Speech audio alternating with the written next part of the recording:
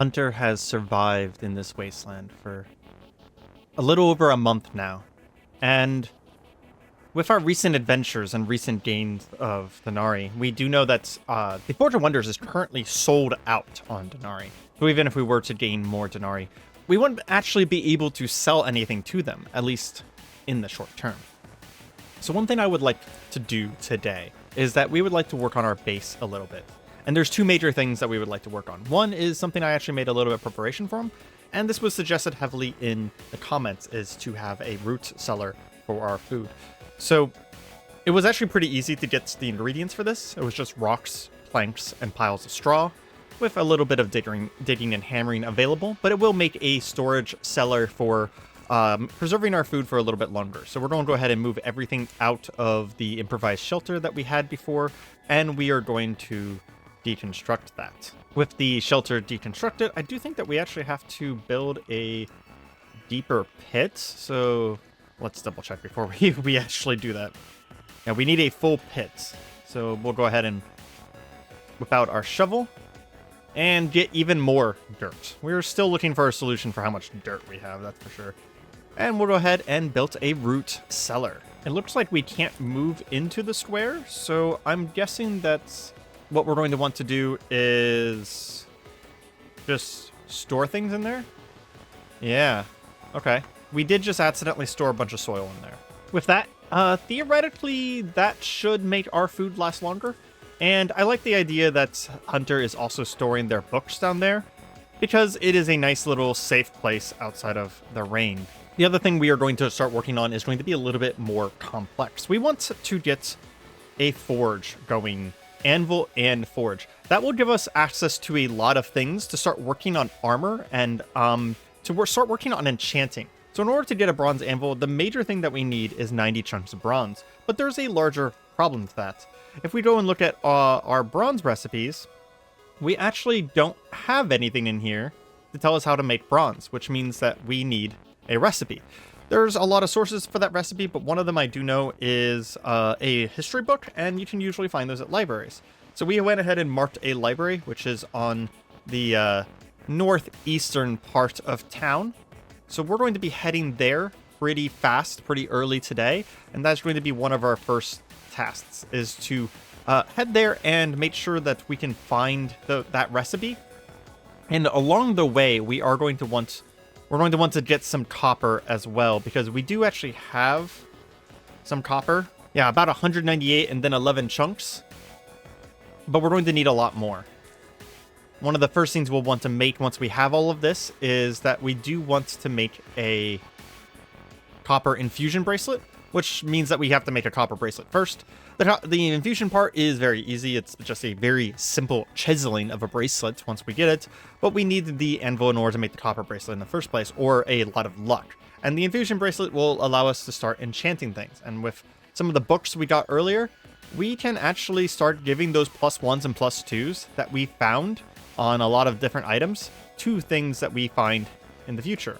So for example, our +1 wakizashi that we have, we could make into a +2 wakizashi with just a little bit of mana, dust, and mercury. Mercury being something we can find in most magical places, and mana dust being something that we can actually just make ourselves. We still don't have a solution for storage, so I do think that we'll just head out for now. But I would like to find a solution for storage in the future for sure. Some sort of medieval cart or wagon would be quite nice. Hunter has waxed and waned on the idea of approaching the city during the daytime or during the nighttime. We do get a lot of skill and training by approaching during the day, but it takes a lot longer to reach any of our destinations. Considering we don't have far to go, we're only going to be crossing the city to about here. I do think that we're going to start our approach during the day, and if we start running into too much trouble, we will go ahead and find a place to rest down till the night. We have plenty of skills that we want to train, plenty of things that we want to practice, and sitting in the darkness for a moment in order to practice those things is honestly just going to be beneficial in the long run. Plus, at the current time, Hunter is not terribly scared of the city. We do know that it is going to get worse. The zombies are going to become more and more aggressive and dangerous over time. But frankly, we're just not there yet. We are currently winning the arms race, which is Cataclysm. But hubris has slain many survivors. One thing we did just realize pretty much immediately is that for this fight, we forgot to make more arrows. I had glanced over our preparations before leaving, but arrows wasn't on my list. And we were forced to summon some nature's arrows to fight off that small horde. And the nature's arrows are not very good. It's a good reminder on how actually terrible those are. Oh, yeah. I sort of forgot that there's a bunch of slimes to the north here. I think we are actually just going to break into a run and ignore them for the time being. As Hunter moves north, we are seeing some resistance. I mean, there's a decent amount of zombies around here, sure, but not as much as I would have expected, to be honest. As soon as I say that, we do see a pouring of zombies come out of the nearby buildings, spotting the little bit of combat that we had managed to do. Yeah, we need to, speaking of hubris, we need to be careful. We're actually probably going to fist fight this gargoyle here, because gargoyles aren't terribly dangerous. This Z9 zombie, though, that's a little bit something else. I actually think, how likely is us casting Rupture? I want to try this, so let's go ahead and cast Rupture on them. It seems to have done about 7 damage at first. However, as we walk away, we can clearly see the Z9 simply rot away under the power of Rupture. Okay, so that is a very powerful move that should be saved for whenever something is truly threatening us.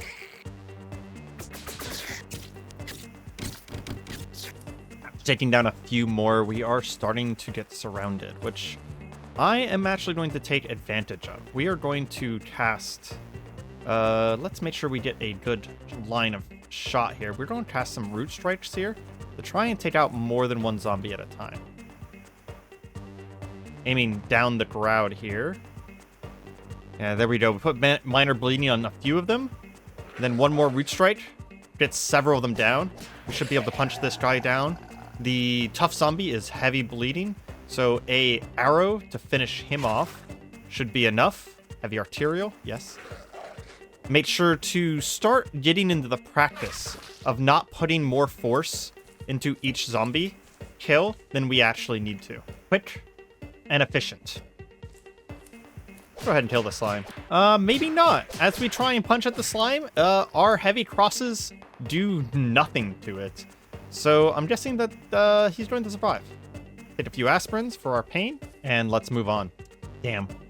It appears that our fighting has attracted a dissoluted devourer. Human bodies fused together as into a colossus with heads and limbs sticking out of its bloated body. The nature of the thing makes it difficult to estimate how close it is to dying. And we do know that this creature absorbs and subsumes other zombies to get larger and more powerful. And we can see at a glance that this one is, in fact, large, which means that it has taken quite a few zombies under its wing.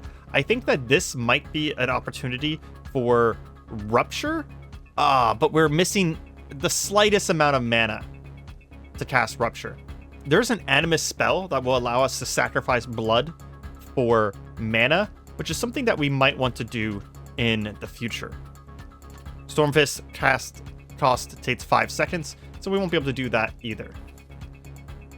They do regenerate, but not quickly, so I do think that putting an arrow or 2 into it before starting a proper fight here is not a bad idea. Oh, that's unfortunate. I was hoping to be able to get down and dirty with, actually have a bit of a fist fight with this Dissoluted Devourer, but as we were about to step in, we do see a Kevlar zombie in the distance.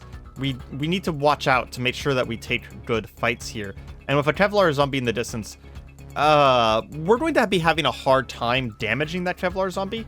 Does our Wakizashi have piercing damage on it? No, it is mostly cutting damage. So we do not have a good source of piercing damage on us right now. I want to get this guy down to heavy arterial bleeding, which he is now at. with a few more arrows. And I'm hoping maybe we can just buy enough time here that we eventually get enough mana to cast Rupture on this creature, because I would actually be super interested to find out how effective something like Rupture is on a creature like the Dissoluted Devourer, which just has incredible amounts of HP usually. We backed off a bit, and we only need 5 more mana before we have enough to be able to cast Rupture.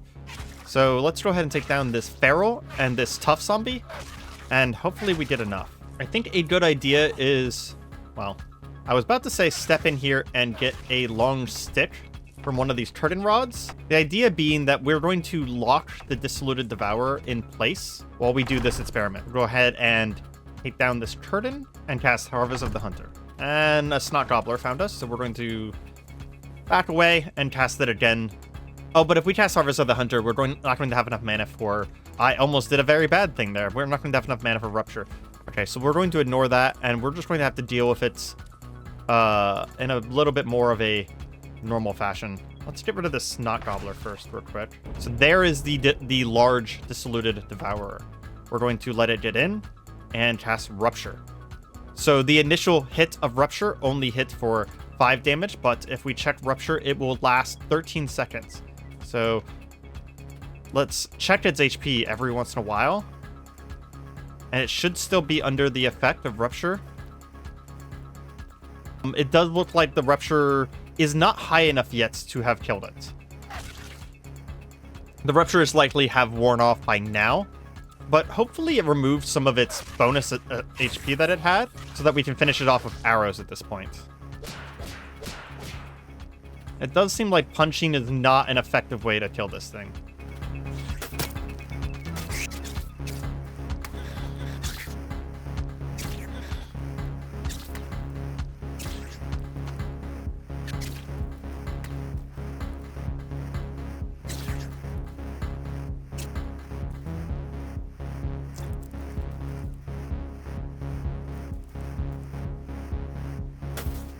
We eventually actually had to escape out a window up to the top floor, because I was noticing that all of our arrows were not going into our quiver again, which is very frustrating.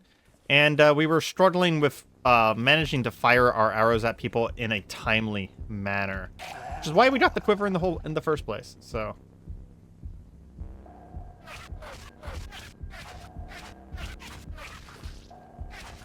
with the Dissoluted Devourer stuck at the door, we did just release about a half a dozen arrows into it with not much effect. I think it has grabbed some other zombies. We're going to come up and swing at it a few times and kind of take this advantage to jab at it with our unarmed combat, at least until we start taking either damage or pieces of our armor start breaking. Okay, we have finally made it past the temporary HP of the Dissoluted Devourer. This was a particularly big one, I would say. It seemed like it was taking a long time to kill. We did just get to unarmed 4. Very nice. Which I don't remember. Does that give us new abilities? Yeah, it does seem like we have now the offensive ability Uppercut that gives us 140% increase damage and against non-stunned targets, and whenever we crit, it will stun a target, if I'm reading that correctly. The only abilities we have left now to learn would be a cross counter and a dodge buff that gives us a chance to counterattack, both requiring unarmed combat 5. And it goes down. Take a moment to catch our breath, breathe in and out, and make sure that we have arrows in our quiver. Taking a look at our surroundings, I am very impressed with Hunter and his ability to simply decimate his surroundings. We are still very early in the apocalypse, and something like a Dissoluted Devourer is not yet quite common. How long would it take for us to dissect? 54 minutes. That's not something that we want to do right now, I don't think. But we do need to start getting the habit of doing it more. But we do need to also be aware Dissoluted Devourers might not be common yet, but as the apocalypse evolves, they are going to become more and more common. So learning how to take care of them early is very valuable. It does appear that at some point we accidentally dropped our butchering kits, which I thought that I had put into my belts of weaponry, but I guess that's not the end of the world. It does mean, though, that we're not going to be doing any dissecting out in the field here. As Hunter is moving north, we're running into some light resistance, but nothing we can't really handle. It does seem like the slimes have not really taken a full hold on this part of town yet. Moving through the town during the day is a solemn experience. We're not seeing pretty much any signs of anything but zombies at this point. And they are starting to become more evolved as, for example, this bloated zombie with its pale gray skin swelling to near rupture putrid gas. This cyst-covered zombie looks like it could violently explode under the slightest disturbances. And we're going to have to want to kill that, and it is going to explode into poison gas, covering the area around it, and attracting other creatures as well. Evolved zombies like those are going to be getting more and more common, which is one of the reasons why we wanted to get into the dissection game in the first place, is to be ready with crits whenever possible. And what's this? The Wandering Mine.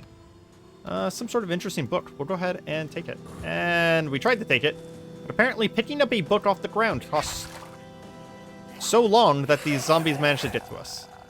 That seems unreasonable, but, you know, we do what... It is what it is. Oh, what's that? Another great example. A zombie necro boomer.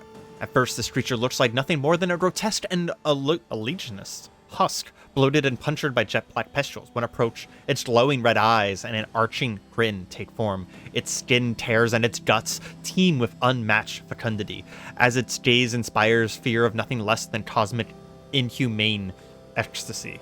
Yeah, that creature needs to die. It is much too happy with its undead repose. Fortunately, it didn't manage to get much done. If there were corpses nearby, I believe it would have actually resurrected those corpses, that is. We are seeing the effect of trying to travel during the day. It is a pretty amazing training experience for Hunter, being able to take down zombie after zombie here. Especially whenever we get to use our aluminum arrows, which just do so much damage on a crit that it's absolutely marvelous. The nature's arrows, not as impressive, not as exciting to get hits with. But fortunately, we're not in a rush. So I think getting the training, even if it takes a very long time to get any amount of distance, at least until we're in danger, it's for the best. When autumn comes and Hunter's leaves turn orange, we're going to look back on these long, long days of killing zombies and thank that we actually took the time to fight all of them that we came across. Even after a long fight like this, Hunter checks his wounds to check to make sure that we are surviving this well, and realistically, none of these creatures have managed to get anything more than the lightest of scratches on us. That's simply encouragement that we are doing the right thing here. We are getting our training in while the zombies and their hordes are just not that scary yet. There's a small church on the side of the cemetery. I am kind of curious about it. We're going to go ahead and head inside. Nothing much in here. I just hadn't seen one before. As we were moving on to the next series of buildings, we did see one creature that does give Hunter pause. A bar guest. It's a huge, swollen zombie dog, speared black with slime, its teeth grown longer, and its broad back ripples with muscles and oozing wounds. It's not the end of the world. It is a evolved zombie dog. However, the big thing about the bar guest is that its bite is substantial. If we let that thing bite us, it will do damage. Speaking of damaging bites, this zombie Hunter just managed to get a actually decent bite off on Hunter. We're going to take it back to this door here and take advantage of the situation to try and take it down. And move its corpse, close the door. Let's go ahead and take care of our wounds while we have the option to do so. And we're also going to cast Mind Over Pain, which costs stamina instead of mana in order to reduce some of our pain. There's a lot of creatures outside now, but that's not something we're too worried about. With several dozen zombies in Hunter's Wait, we are now quickly approaching the library we can see off in the distance. It looks like it's in possibly okay shape. We do see some rubble and some broken windows, but hopefully it's not completely destroyed. I do want to take a moment to pull out our crowbar and open this manhole cover, because we will be able to maybe escape into this if things get really hairy in the library. And opening that manhole cover during a combat is going to be impossible. Speaking of hairy, this brute is going to be a little bit of a problem. We want to go ahead and take him out. And in fighting the brute, we have attracted quite a few zombies from the nearby area. We might need to find some place to duck into to make this fight a little bit more advantageous for us. And it looks like there is a nice stone building to the north, so Hunter takes to a run, dashing past them. I do want to see if I can get some arrows into this Shrieker on the way out, though. Make sure that she is bleeding, and then we can catch our breath here and work on taking out these zombies. The brute down, I'm a little bit less worried. But there's a zombie soldier there. I don't think we're going to be able to damage him, but we can lure the majority of the group into here. Use some of our weaker arrows on them, and create a little bit of a kill pocket here. And if the kill pocket gets too bad, we'll just pop out. The issue is that zombie soldier. I don't know if we have something on us that's going to be able to damage the zombie soldier very easily, but I would like to swing at it once with the Wakizashi. There we go. We did manage to get a hit with the Wakizashi with 21 damage on a critical. Damage that I don't think we would even be capable of doing with our bare hands. Our plan seems to have worked. With that, we have cleared out a decent amount of the zombies in front and lured them to other sides. Hopefully we should be able to... What the shit? The library is on fire. Can we rush in and... The library is very, very on fire. Hunter stands staring at the fire, knowing that this was probably at least one way for us to make progress in the Cataclysm, to get a little bit farther along, and this raging fire has consumed at least this plan. We're going to need another plan. We're going to need another way of getting our recipe. And unfortunately, that was actually the only library in the area. I do think with that disappointing loss, Hunter just leaves. We're just going to head out of the city. We're faster even with our walking speed than the average zombie, so we have very little concern unless something more specialized comes after us, and we can easily just walk away from the city into the countryside. On the way out of the city, though, we did just come across a limo shelter. And since we just had a sudden failure with managing to get to that library, I am curious if we can get in here. It looks like the door's locked, but perhaps we can... Nope, we can't get enough leverage with the crowbar. Can we teleport through the door? Well, even if we could, we don't have enough mana right now. It looks like it does have a whole bunch of solar panels on the roof, though. And it's surrounded by some sort of strange garden. So it makes me get the impression that there might be something inside. It could just be bandits, though. But it could also be some sort of survivor. Of course, Hunter doesn't exactly trust survivors. There's only ferals with guns, ferals without guns, and ferals who don't seem to defend themselves. Speaking of ferals with guns, we do actually see that there is a checkpoint here with a feral with a American battle rifle in his hands, and he has spotted us. And as a deer looks to a man with a battle rifle, we are going to go ahead and leave. Hunter stares at Valzane, the fire of the library fresh in our mind, and stares down the rogue god, who I imagine gives him a smirk in return. Valzane knowing that Hunter has been running into roadblock after roadblock at getting more powerful. and we have decided on our progress forward. We are going to spend some time getting more powerful in other ways. We have our spells, which most of them, the spells that we care about, are still level 1, level 2, and level 3. And we have our psionic powers, our clairsentient powers, which we have neglected for some time. We are going to go on a training montage, going home, gathering our power, and using the easy food and easy resources of summer to simply drastically boost our abilities.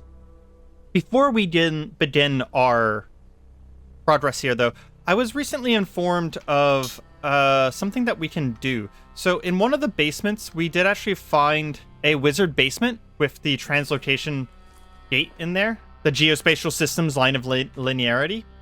And we have recently learned that I can go back. I can disassemble the gate that's in the basement of that house in order to get a teleporter, which is an item that will allow us to make a translocator gate in our base. Now, I will say that the translocate self spell is very, very hard to cast. So even having built a translocator in our base, it will still be very difficult to cast that spell for the first time. So it'll probably be part of our training arc in order to learn that spell. I just have to try and remember where that house was now. It has been weeks, months even, since Hunter has been back at this location. And it hopefully is still clear. Actually, we see one zombie right away. Make sure we take back our arrows whenever possible. And let's head into the basement. We should be able to disassemble this gate. Unfortunately, it looks like on my version of Cataclysm, you actually can't do that. But I will say, for the sake of our continued story and the fact that this is available in later versions of Cataclysm, Hunter reaches into this translocator gate, bashing into it many, many times with our crowbar, disabling this gate, but pulling out the teleporter. With the teleporter in hand, the core of the gates, we will be able to make a gate ourselves back at our home and do some experiments with it. This will give us a way to return home quickly, but we won't be able to gate to other locations until we find more of those teleporters in the future. Back home, now that we have the teleporter itself, I'm going to make a small pile where we're going to be putting this. And it looks like we need some wooden sheets, which I don't think we can make, and some normal sheets. Oh, actually we can make wooden panels now. I believe that was one of the things that we can use, right? Yeah, 4 wooden panels. So let's actually go ahead and make everything we need. We need a absolute crap ton of planks, but fortunately, we are in a forest. I'll be back whenever we have everything together. With the panels made and hauled over to our translocator location, which I think we will move to like right here. The only thing now we need is 2 sheets, which I'm surprised that we don't have, but we can get pretty easily just by visiting any of the nearby houses. Since there aren't any other locations nearby that we haven't looted, we actually head towards the nearby ranch. We'll go ahead and pull out our bow here because we haven't actually been here before. And it looks like all of the windows are actually boarded up, which means that we won't be able to get any sheets here. As Hunter broke into the barn, we do, however, see a cow. That's kind of interesting. There's also a lot of cattle fodder around here that we could use to tame things in the future. We're going to go ahead and grab all of that. There are also sheep. Can we shear a sheep? Are shears a thing? Yeah, shears. We could get wool from sheep. I don't know how if at all that benefits us, though. Wow, there's actually a lot of things here. There are sheep, a Persian cat, Labrador mutts, several cows, several llamas, lots of dogs. Ironically, though, despite being one of the most common items in the Cataclysm, no sheets. We will have to find another place. This was an interesting place, though. Considering it's covered in a barbed wire fence, I do suspect that we will be able to find this place in fairly good repair in the future. It's unlikely that zombie hordes could easily get in here. They're heading back into town. We did find that this clothing store the racks are actually made out of aluminum, which we'll be able to get. We managed to acquire some sheets from the nearby building, and we grabbed a bunch of leather items because we do want to start collecting leather in order to make leather armor sooner than later. With that, however, Hunter should have everything we need to make our translocator gate, so we're going to head back to our base and first make the gates and then learn translocation. And there's a chance that this actually technically doesn't work and that we will need a second gate in the future to be able to teleport between. But I'm willing to give it a shot. Worst case scenario, we'll be halfway done. Being able to return to our grove from anywhere will be a massive boon for the future, too. It does look like it's going to take hours and hours to disassemble everything in order to get the max amount of products out of it, the max amount of leather sheets and such. So I think that will be probably part of our grind process here. So knowing that, let us make the translocator gate first. I believe we're going to make it right here because this is very central to our base. And it looks like it's going to take 6 hours to make. And with that, our translocator gate is finished. I'm glad that we put it farther south here because it does look like it actually blocks vision a little bit. And if we activate it, we can interact with it to activate it, and we have now created a translocator gate for the grove. The only thing now is that we actually need to be able to learn the spell, which is... It is a difficulty 15 spell, but there are 25 levels of it, so that means that we can slowly study it in order to get stronger at it. We are going to spend some time now, maybe several days or even a couple weeks in-game, with a bit of a training montage. The things that I want to do is disassemble all of our stuff, clean up our base here, getting rid of all of this soil, and get stronger at both psionics and spells. The morning of day 32, we are now on attempt number 3 of learning the translocate spell, and we did just learn it for the first time. Let's go ahead and add that to our favorites so we don't lose track of it. And I was correct. With difficulty 15, there is basically no way we're casting the spell. We're at 90 focus, which is about the best we're going to be for a little while, so we're going to have to level this many times before we can cast it for the first time. And we are going to turn on Speed Reader while doing this. I don't actually know if this power helps read spell books faster, considering you read them for a certain amount of time, but this is a decent time to test that out, to be honest. And using a 2-hour study session, we learned 1,589 experience while having Speed Reader on, and 1,544 without. So I don't think it affects it, because I do know that we get more experience for having higher focus, which means that we probably should be playing our bone flute while doing this in order to try and keep our focus higher. On day 3, we have disassembled those boots carefully, creating a whole bunch of thread, short strings, some rubber soles, and leather patches. We do need some more washing stuff in order to get the dog harness, but I did notice that as we started to disassemble the fur duster, we are going to be able to get fur patches, which will allow us to use feral form, which I am very excited about, because that means that our unarmed combat with feral form and the Stormfist combination might be very, very powerful. We just watched a zombie top try and approach our thing, and he went through layer and layer of brambles and then eventually fell into the pit. Our defenses are working, and he brought some leather to me, which I greatly appreciate. I think we're going to go ahead and make a pile of filthy items that we need to disassemble that are made out of leather for the eventual use of cleaning. I think we can also pet our pets here. Can play with the nanosauruses, and that, yep, increases our time spent with playing with a pet by 14%. So that also gives us a little bit of a morale boost.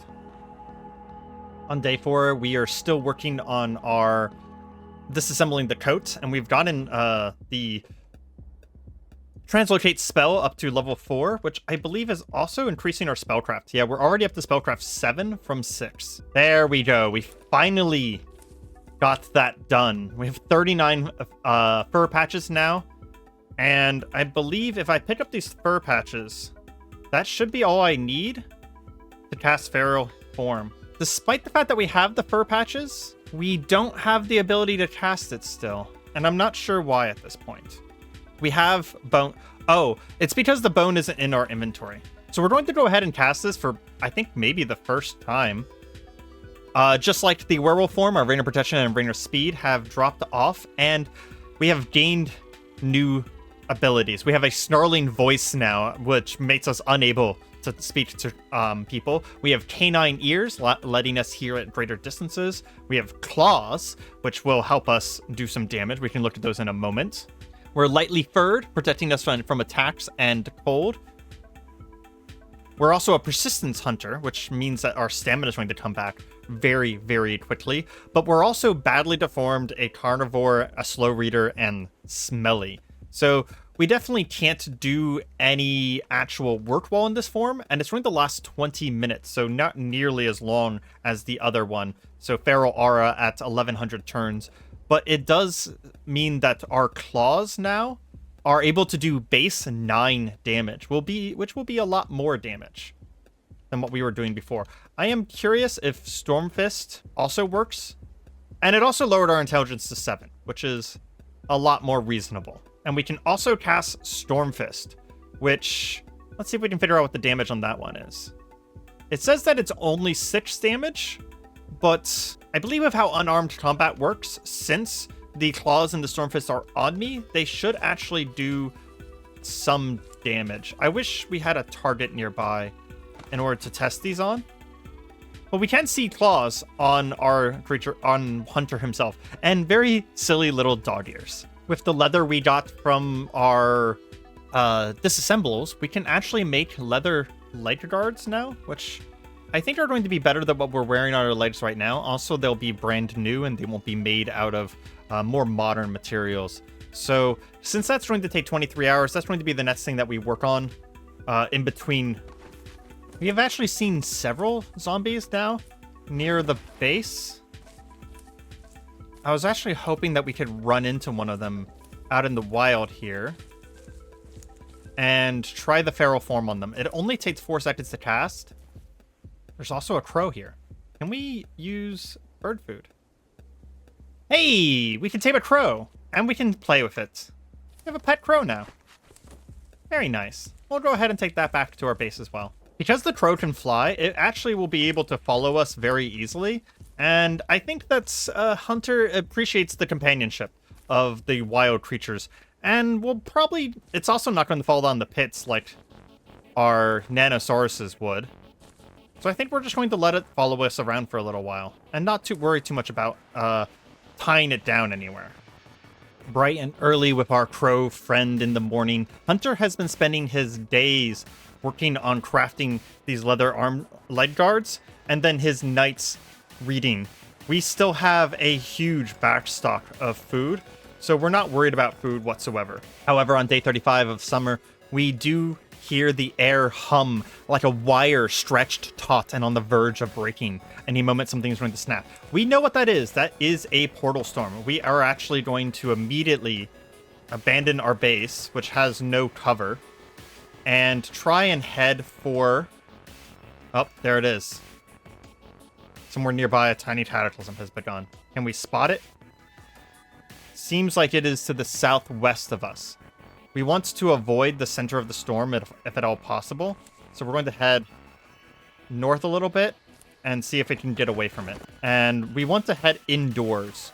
Hunter's already starting to feel the effects of the portal storm as we were walking under it and an explosion came out. We do feel the presence from both inside ourselves and far, far away. Hunter, again, knows of the malevolence, the creature that causes the dead worlds, and we are going to look away from the creature. There is an impossible shape here, though. Honestly, we might fight it. Is our crow still doing okay? He is taking some damage. It's one of the reasons we want to get indoors is to make sure that our crow survives as well. It would be nice to find a way to be able to heal him. We did manage to make it to the moonshine huts nearby. We should be able to wait here. After about 2 hours of waiting, our crow is fully healed up again, and the portal storm has finally ended. Never mind. Apparently, it's just moved south. Yeah, as we stepped outside, we did actually manage to catch sight of it again. Let's head back indoors. Let's see. As we step back out about 2 hours later, it does look like the portal storm has actually cleared this time. checking the sky for the weather. And at some point, our crow has wandered off. Hunter is not concerned by this. It'll come back. We'll see it again in the future.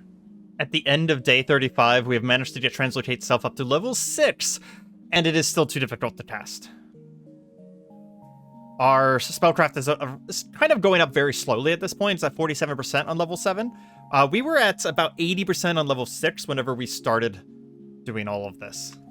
Day 6, we are continuing work on the leg guards, almost done now. In the middle of day 6, we finally finished up the leather leg guards. We're going to go ahead and drop our knee pads, which should be the only thing conflicting with them, into the pile here, and wear these. We now have a pair of leg guards that were crafted by us, covering 95% of the legs and giving a decent amount of cut protection with a little bit of bash, ballistic, and pierce. We should be able to upgrade these in the future, and they do protect us from harm and can withstand a lot of abuse. And just to check, it doesn't look like they are conflicting with anything. The only conflictions we have right now is that apparently the belt of weaponry is strapped to our torso, which the hunting backpack is also strapped to, and kind of increasing our torso encumbrance quite a bit. The next thing in our crafting will probably be the leather cuirass, which we just need some more leather sheets and tanned hides, and we should be able to make those tanned hides. Yeah. We'll need some more patches, but we can get those pretty easily.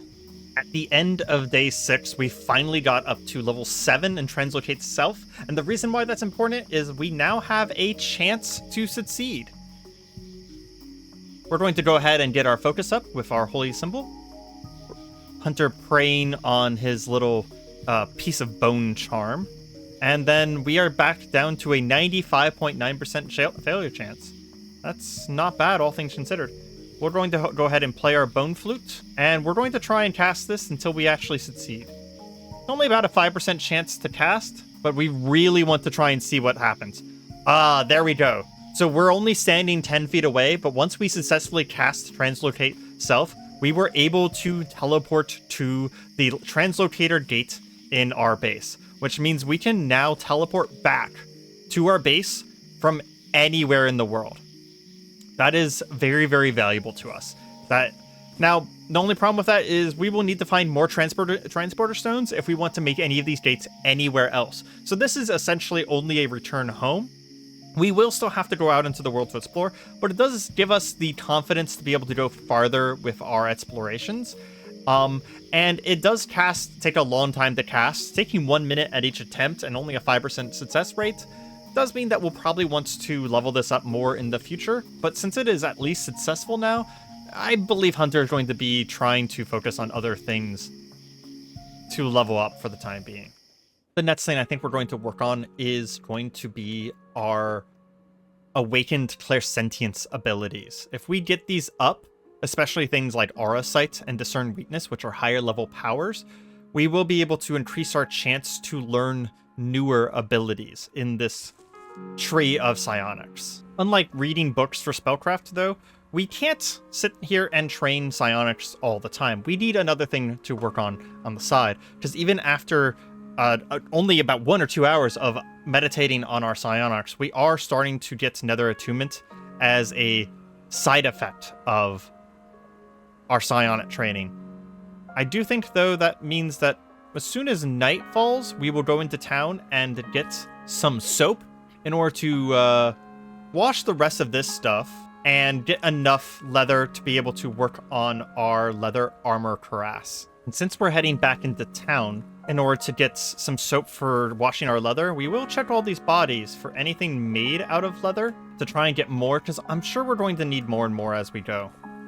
And if we run into any fights that we think we can take in melee, like for example the zombie runner, we're going to go ahead and cast Feral Form, making sure to pick up the rings that drop to the ground. And let's test how effective this really is.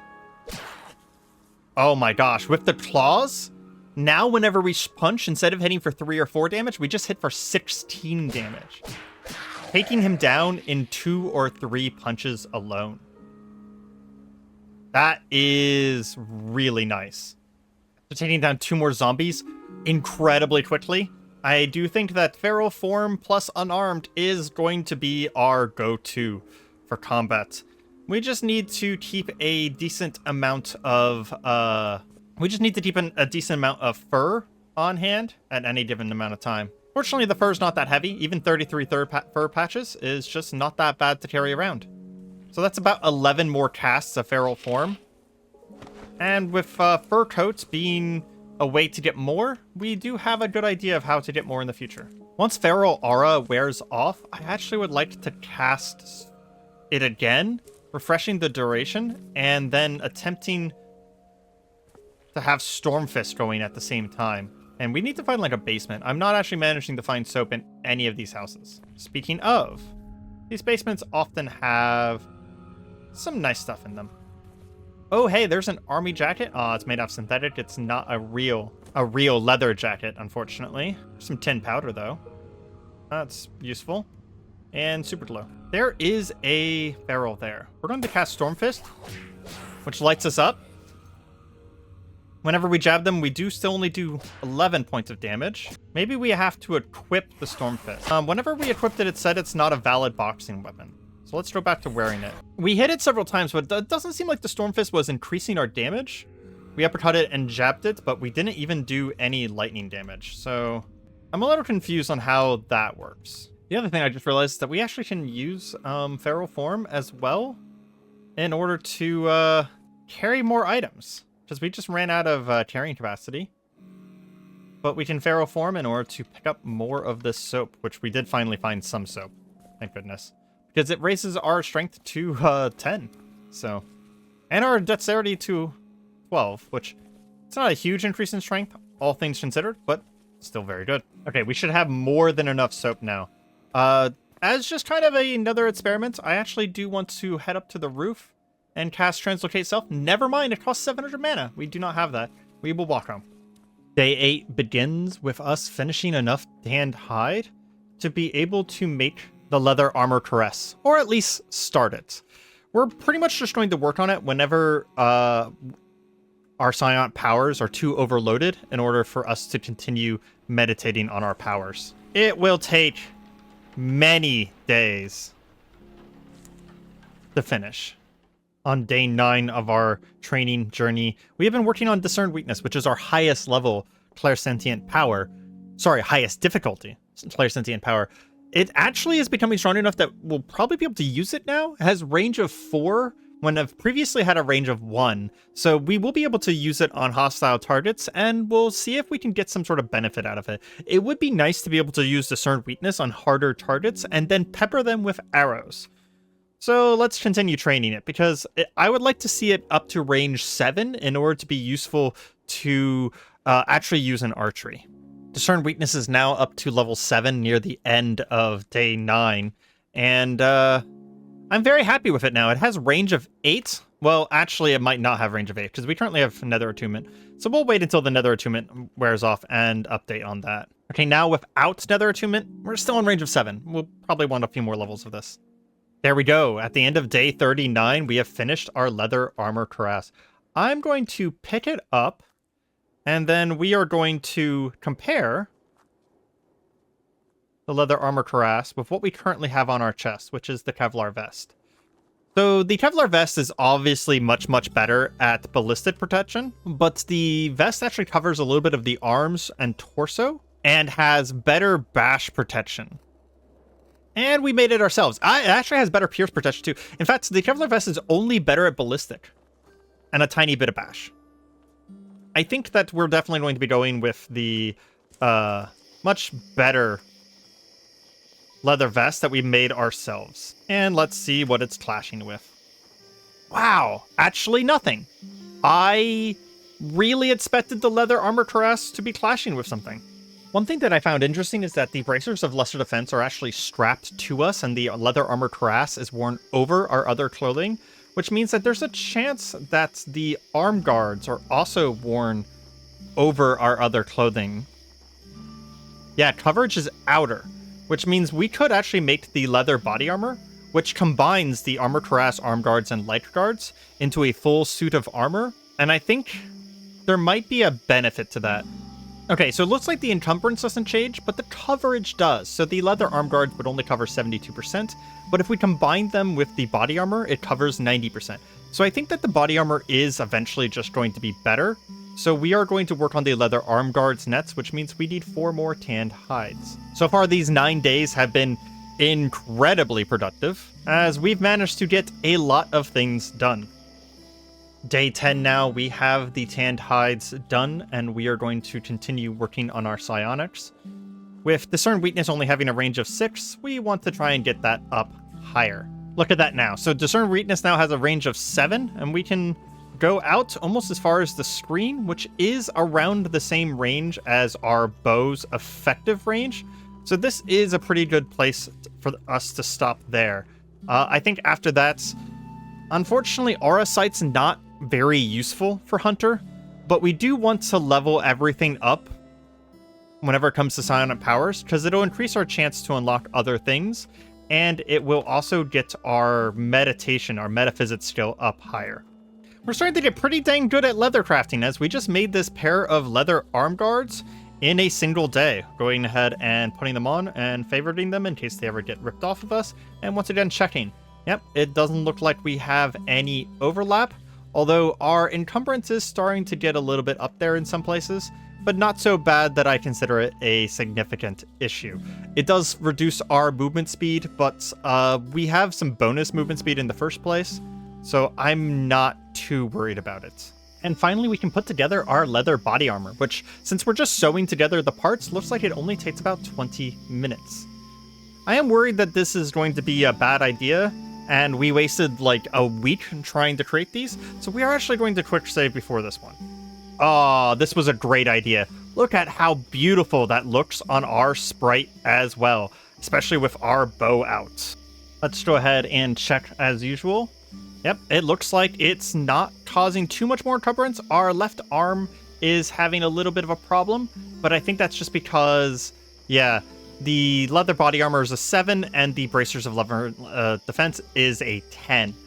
We'll eventually want to get another bracer of defense for our right arm, and the two of them will combine for a pretty crazy amount of protection, I would say. I am very, very happy with that. We cannot wear a helmet because of Hunter's antlers, and we already have boots of grounding to cover our feet, so that is actually going to be our armor for a fairly long time. The next upgrade to armor that we're going to want to get is, in fact, going to be Black Dragon scale armor, which is going to be hard to make. We're going to need the anvil. We're going to need a way to get dragon essence and dragon hide and scales, which is a whole thing, I can assure you. And it is going to be quite a bit of a experience to make that. So we're pretty far away from being able to make Black Dragon scale. We don't want to make gloves because we are going to be using feral form to pop out claws. So I think that, yeah, I believe that I'm right, that that is going to be what we're going to be using for the time being. Really just kind of enjoy how beautiful our Hunter's model is now as he stretches out in the new armor, happy with his progress.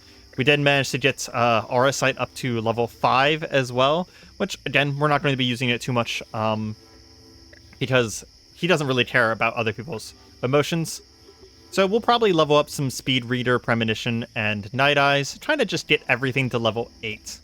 Because we always want to have a crafting project going while doing psionic powers, I did just notice that we can make a training dummy in order to advance some of our stuff. So we can go ahead and make one wood panel and get this training dummy going after we manage to give ourselves some nether attunement, which we are getting better at training our powers because it actually is taking longer at training before we get nether attunement. Oh, actually, we've run out of nails.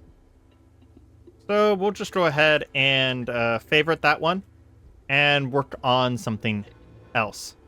And on day 41, we have our first Nanosar egg. So that does prove that they will, in fact, lay eggs for us. Not consistently, though. But we can go ahead and start a fire and make our first small boiled dinosaur egg, which is not very filling.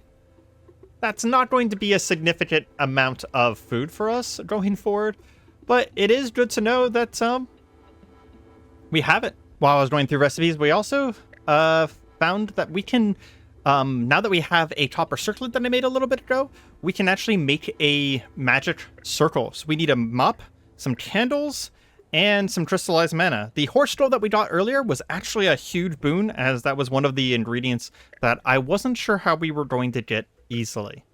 So we can summon crystallized mana, and let's see if we can make candles. It looks like we need lard or tallow to do so. Well, fortunately, there actually is some corpses nearby.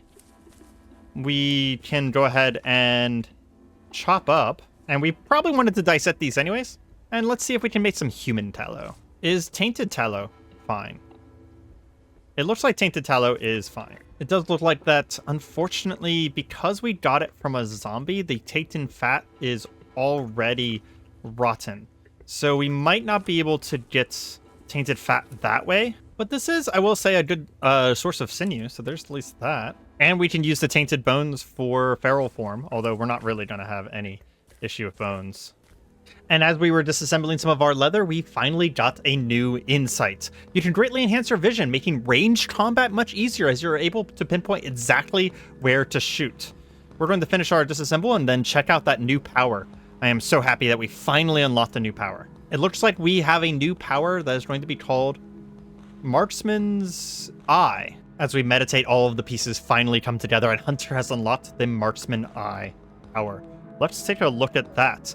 So it looks like the duration is about 3 minutes at the first level. Range self, self, toss a little bit of stamina, about 2 seconds to cast. And it is, oh, is it concentration?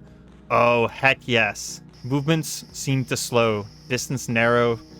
Once we get to no recoil, I'm not sure exactly what this power does. We'll have to experiment with it a little bit. Increases the range and accuracy of my attacks. Well, we're just going to have to experiment with it, I think.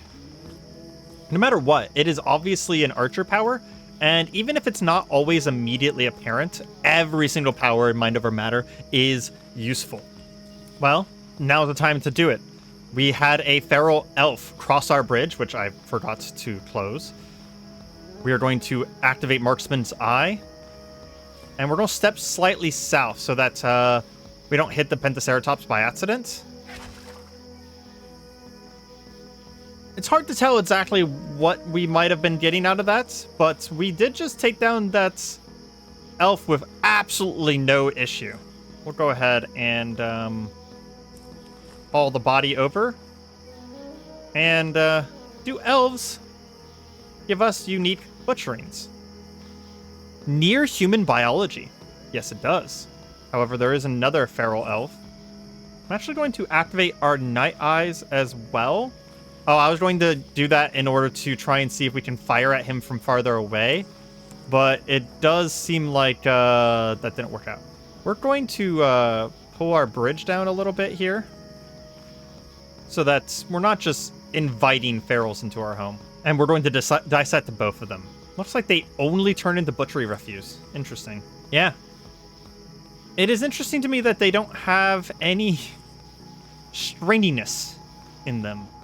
I do think with that, though, we are going to end our training arc there. 12 days of crafting and training. We learned Marksman's Eye. We learned Translocate a self enough to be able to at least cast it. Created our Translocator gates.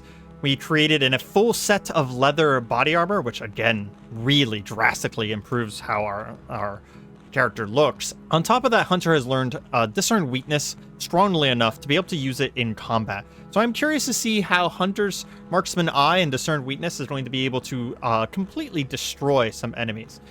I didn't mention it, but we also leveled up Rupture a few times. Now it is level 4, so it does 14 damage per second for 12 seconds. I believe that's how that reads. Not 100% sure. Either way, the spell has been very effective against zombies, and I'm hoping for it to be very effective against other things in the future. And we also have managed to be able to consistently cast Feral Form for a while as well.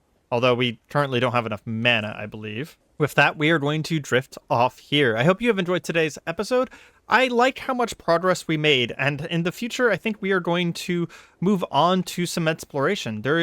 Now that we can teleport home anytime we want, there is a location nearby, which is ominous amongst the community, that I would like to attempt to explore: Trans-Coast Logistics.